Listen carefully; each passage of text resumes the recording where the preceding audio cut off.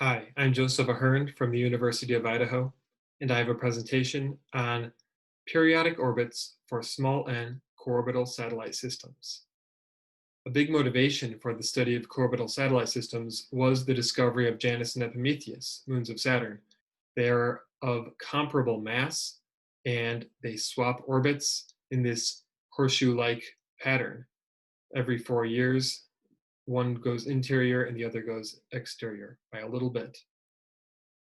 In Salo and Yoder's 1988 paper, The Dynamics of Co-orbital Satellite Systems, we discover many stationary configurations. Some are stable, some are unstable. These type 1A configurations that are more compact with co-orbital bodies on one side of the orbit are all stable for n equals 2 through n equals 8. These are all for equal mass bodies, which we will be talking about throughout this presentation.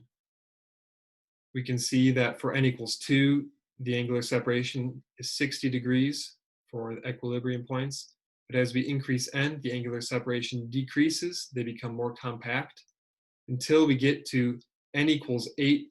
For n equals 8, this last angular separation on the edge is less compact, more expanded, probably because we have extended beyond the 180 degrees of the one side, and we're now going on to the other side of the orbit slightly.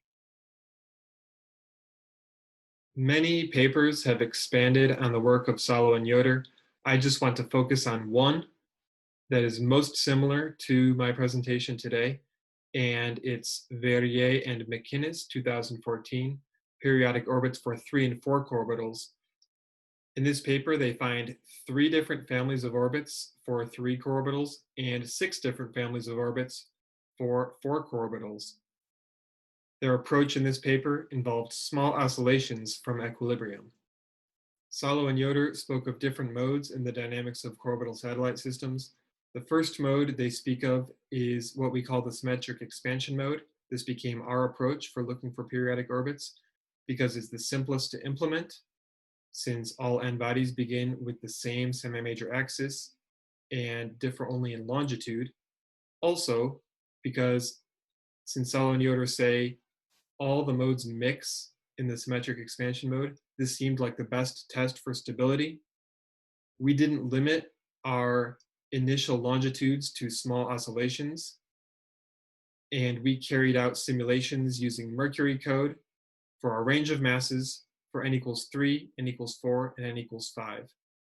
But for this presentation, I will focus on our n equals 3 simulations.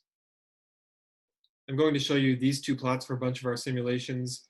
The plot on the left is an aerial view in a co-rotating frame.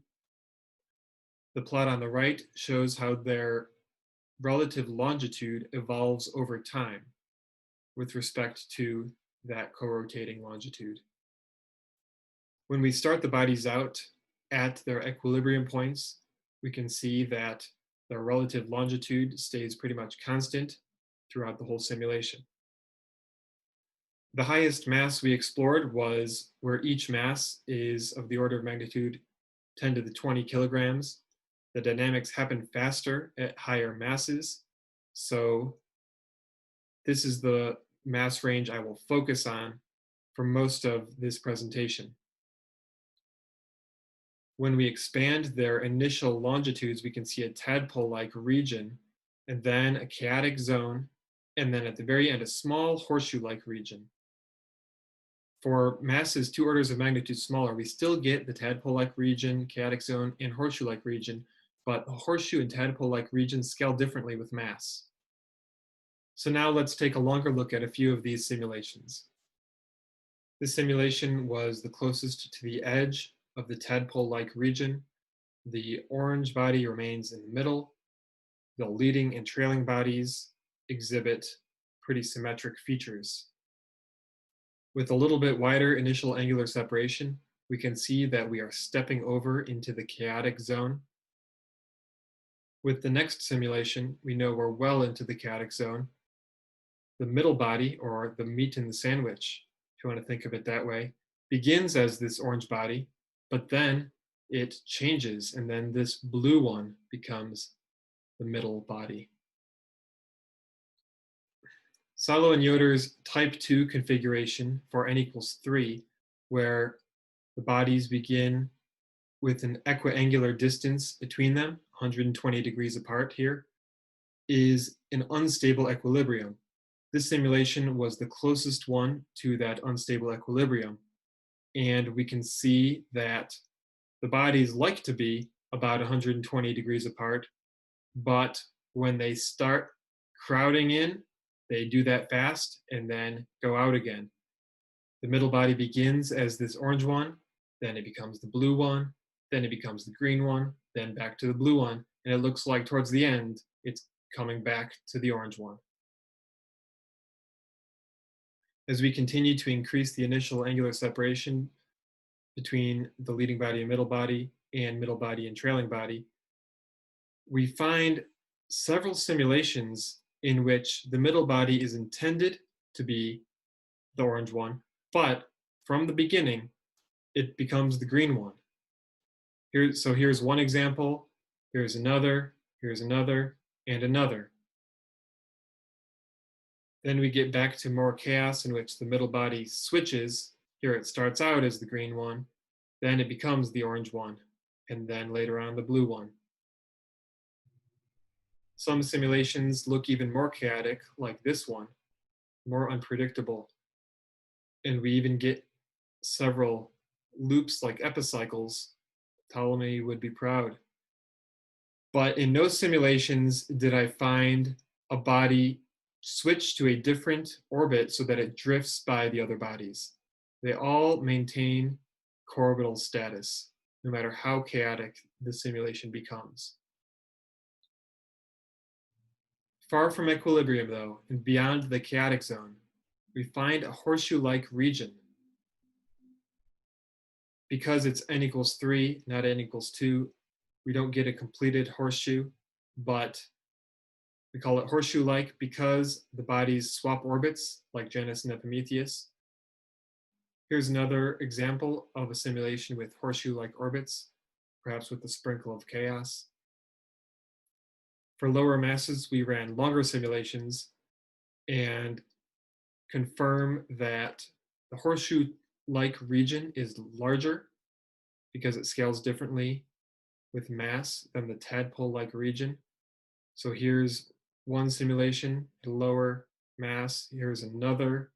Get these nice horseshoe-like shapes. And then here's a third one.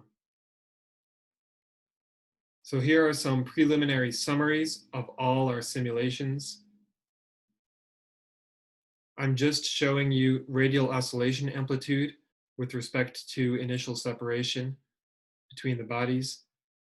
Radial oscillation amplitude is defined as the maximum of any of the 3 bodies here, and the initial separation is between the leading body and second body. The big dip here happens close to equilibrium. This inflection point near the edges is due to that horseshoe-like region. This other dip here, I think, is just because we ran simulations of different lengths for each mass, and the simulations for that mass are probably not long enough, since the libration timescale seems to be larger near unstable equilibrium at 120 degrees. So I think if we ran longer simulations for this mass, this would close up. I didn't show you any simulations for n equals 4, but here's a summary of radial oscillation amplitude by initial separation. Again, we see a dip close to equilibrium. Here, initial separation, again, is defined as that between the leading body and the second body. And we see the same feature of this inflection point on the edge, showing horseshoe-like orbits. For n equals 5, again, we see a dip near equilibrium. And this other dip here is, again, probably just due to the simulations for these lower masses being not long enough. To sum up, here are a few highlights. We found a new horseshoe-like family of periodic orbits far from equilibrium. We found a chaotic zone associated with the unstable, equally spaced initial configuration. And we've confirmed that the horseshoe-like and tadpole-like ranges scale differently with mass. Our studies of these systems are still ongoing, so if you have a question that's more like a comment or a concern or a Shakespearean quotation, we're happy to hear them.